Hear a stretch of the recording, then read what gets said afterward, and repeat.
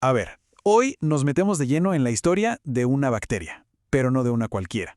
Una con un modus operandi, digamos, muy particular. Y todo esto tiene que ver con un apodo bastante romántico para una infección. ¿Le suena? Bueno, vamos a resolver este misterio. Y claro, la pregunta del millón es, ¿por qué ese nombre? Para entenderlo tenemos que ponernos en modo detective y analizar un escenario clínico súper específico. Es como un rompecabezas de verdad, donde las acciones de una persona son literalmente la pista clave para encontrar al culpable. Bien, entremos en materia. El escenario clínico, un rompecabezas poscoital. Y es que aquí es donde empieza la investigación de verdad. La situación es casi siempre la misma, un patrón de síntomas que aparece en un momento muy, pero muy particular. Es como si las piezas de un puzzle empezaran a encajar solas. A ver, pongámonos en situación. Pensemos en una mujer joven, completamente sana, que de repente, más o menos un día o dos después de tener relaciones sexuales, ¡pum!, empieza con esos síntomas tan molestos: dolor al orinar, ganas de ir al baño a cada rato, una urgencia constante. A simple vista, cualquiera diría es una infección urinaria. Y sí, lo es. Pero la clave, el detalle que lo cambia todo, es el cuándo ocurrió. Esa es la pista que nos lleva directamente a un sospechoso muy específico. Porque vamos a ser claros, la mayoría de las cistitis no funcionan así. No tienen un gatillo tan claro y predecible. Entonces, la gran pregunta es, ¿qué bicho tiene esta predilección tan marcada por este escenario? ¿Quién es el especialista? Bueno, es hora de revisar la lista de sospechosos. Perfecto. Sección 2. Los sospechosos. Identificando al culpable. En el mundo de las infecciones urinarias, la verdad es que hay varios criminales habituales, así que vamos a analizar la evidencia, a ver quién encaja con este perfil tan particular que tenemos.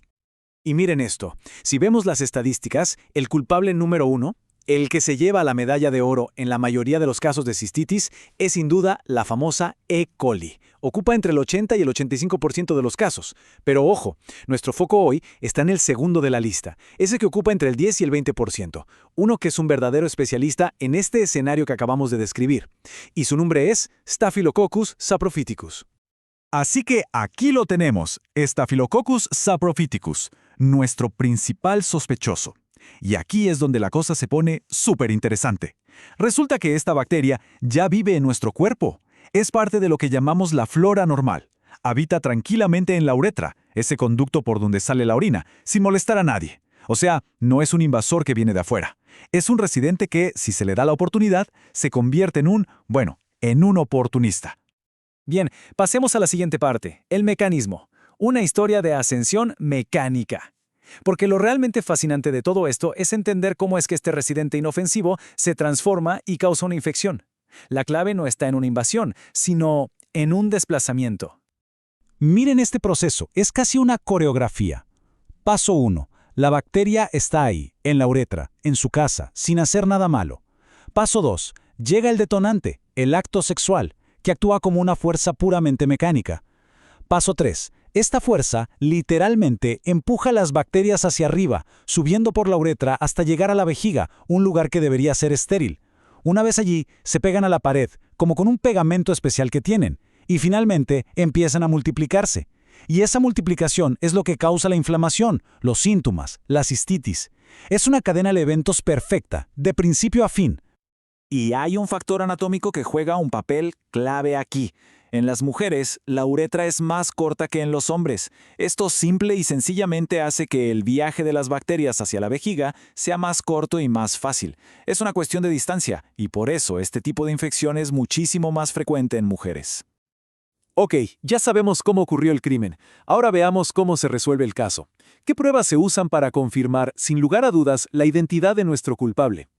Y aunque parezca increíble, la herramienta de diagnóstico más poderosa aquí es la historia que cuenta la persona. De verdad, la conexión entre la actividad sexual y la aparición de los síntomas, con ese margen de 24 a 48 horas, es tan del libro de texto que a menudo el diagnóstico es puramente clínico. No se necesitan más pruebas. El relato lo dice todo. Ahora, si se quiere una prueba irrefutable, una confirmación al 100%, ahí es cuando entra el laboratorio. Se necesita una muestra de orina para hacer lo que se llama un urocultivo. Básicamente, se pone la orina en un medio especial para que, si la bacteria está ahí, crezca. Y si crece, listo, tenemos la prueba definitiva. Es el estándar de oro del diagnóstico. Y dentro del laboratorio hay una prueba clave, una que es como el interrogatorio final. Se usa un antibiótico llamado novobiosina. Y aquí está el truco. Staphylococcus saprophyticus es resistente. No le hace nada. En cambio, otros estafilococos parecidos, como su primo el S. epidermidis, son sensibles, mueren. Esta prueba es literalmente su huella dactilar en el laboratorio. No hay cómo confundirlo. Muy bien, para ir cerrando el caso, vamos a ver el perfil completo de S. saprophyticus. Vamos a ponerlo cara a cara con el otro gran culpable, la E. coli, y a resaltar esas características que lo hacen tan único. Esta tabla lo deja clarísimo. A ver, por un lado tenemos a E. coli. Su mecanismo suele ser la contaminación fecal y le puede dar a cualquiera, de cualquier edad. Incluso puede causar infecciones más graves, como los riñones. Pero S. saprophyticus es un especialista. Su método es la ascensión mecánica. Su víctima típica es una mujer joven y sana, y casi siempre se queda en la vejiga, no suele subir más. Son de verdad dos perfiles completamente distintos. Y para terminar de redondear su perfil, un par de detalles más. Primero, no necesita que la persona tenga las defensas bajas para atacar. Infecta a gente sana. Segundo, y esto es curioso, tiene una mayor incidencia en otoño e invierno. Y tercero, a diferencia de su primo epidermidis, no le gusta formar esas capas pegajosas, las biopelículas, en los catéteres. O sea, es una bacteria con gustos y hábitos muy específicos.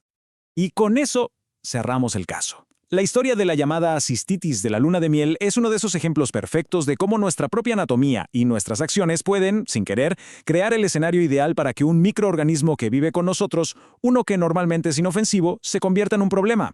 Nos deja pensando, ¿no? A veces una infección no se trata de un gran invasor que viene de afuera, sino de un simple residente que vio una oportunidad y la aprovechó.